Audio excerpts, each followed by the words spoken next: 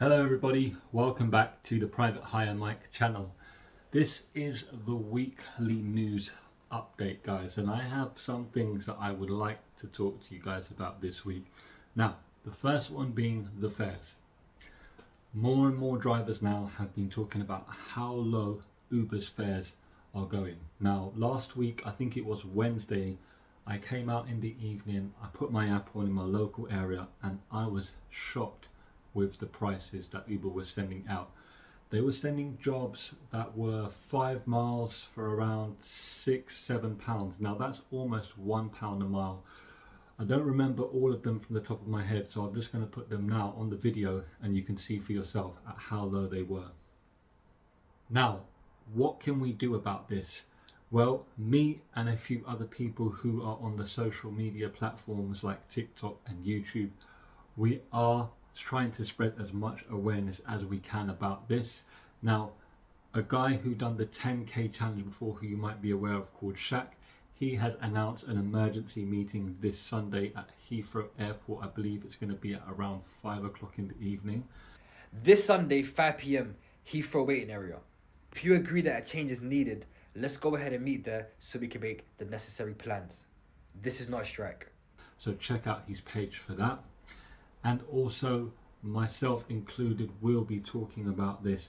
And what I say to drivers as well is that if you feel like a fare is below what it should be, take a screenshot of it and have that as data, because as you know, when Uber got taken to court in 2021, at the end of it, the High Court ruled that they have to abide by certain principles whilst we are working for them. And one of the people who follow me on TikTok, somebody called Anthony, has actually found a way to calculate that using ChatGPT, whether or not the Uber jobs that they are sending you are in accordance to the High Court ruling in 2021.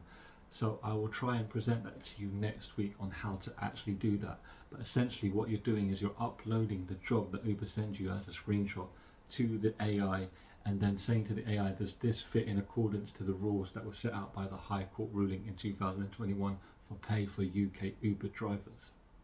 Okay, so that's the first thing, is the fares. We know they are low, but we need to collect the data first and then present it to the relevant people, and then we can find out from there.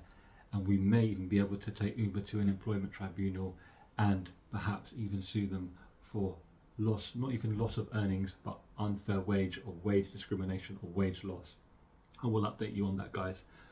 Second thing is the petition update. So as you know, guys, I set up a petition last month, and that is to abolish trip radar. Okay, we don't need to talk too much about it and why it's dangerous, but as an update, it has currently got 1,882 signatures at the time of this video. So guys, if you haven't done so already, make sure you sign it. 157 people have signed this week, so thank you to everybody who has been involved. It has actually worked for us. Okay, we have had media attention, which brings me to my next topic of this video, and that is that I have been interviewed by the Metro, one of the journalists from the Metro newspaper online, and they were asking me about this trip radar. I spoke to this guy called Luke, I mentioned this last week, and he asked me some questions, and I told him everything I know about the radar feature and how it is dangerous. And he has put an article together, and he's also interviewed some other drivers as well. And what I will do is put the link to that article in the description of this video. But this is what I mean, guys. Don't feel like you don't have a voice, okay? Complain, write to TfL, write to the local newspapers, and express how you are feeling, the frustration, because when we come together, like I say, and when we use our platforms, we can make a noise, and Uber will have to listen. Okay, guys? So I will link that. Now, the next thing I wanted to talk about is this new feature that Uber have brought out recently, which is the heat map. You might have seen it now, where basically on the map, they will have areas where it is like this kind of foggy kind of grey colour, which kind of indicates where there is more going on in terms of picking up rides. Okay, so it's kind of similar to the Surge map, but instead of having like the orange and yellow colors, they'll have like this gray color, and it kind of indicates where and where basically it's a bit more busier. Now, I don't know how true this is, by the way, guys, okay? I'm going to take Uber's word for it, okay? It is some data that you can use. I mean, I think it might be true because I've done this job for a long time, and during certain hours, it lights up in certain places as being busy, and through my experience, I could probably verify that. It's not like the old surge where they would try to bring you to an area because it was like, say, blood red or orange. It's more of like a generalized map and stuff. So I think it was actually out in America before it even came to the UK market. So they're trying it here. I mean, I don't know how helpful you're finding it, guys. Let me know in the comment section. The next thing that I wanted to talk about is Uber launches its robo-taxi service in Abu Dhabi. Okay, so it says here on the newspaper that Uber has introduced its robo-taxi service in Abu Dhabi, making its first international initiative to integrate autonomous vehicles from multiple operators onto its platform. The launch is part of Uber's collaboration with WeRide, a Chinese autonomous driving startup. Abu Dhabi customers can now book WeRide autonomous vehicles via the TXAI app. Initially, these vehicles will include safety drivers, but driverless features options are planned for 2025. So, as you can see now, Uber are partnering with driverless car companies like Waymo. I think there's one now in the UK that they're actually trialing called Wave. A few drivers have told me now that they have seen these cars going around in London with the cameras on them.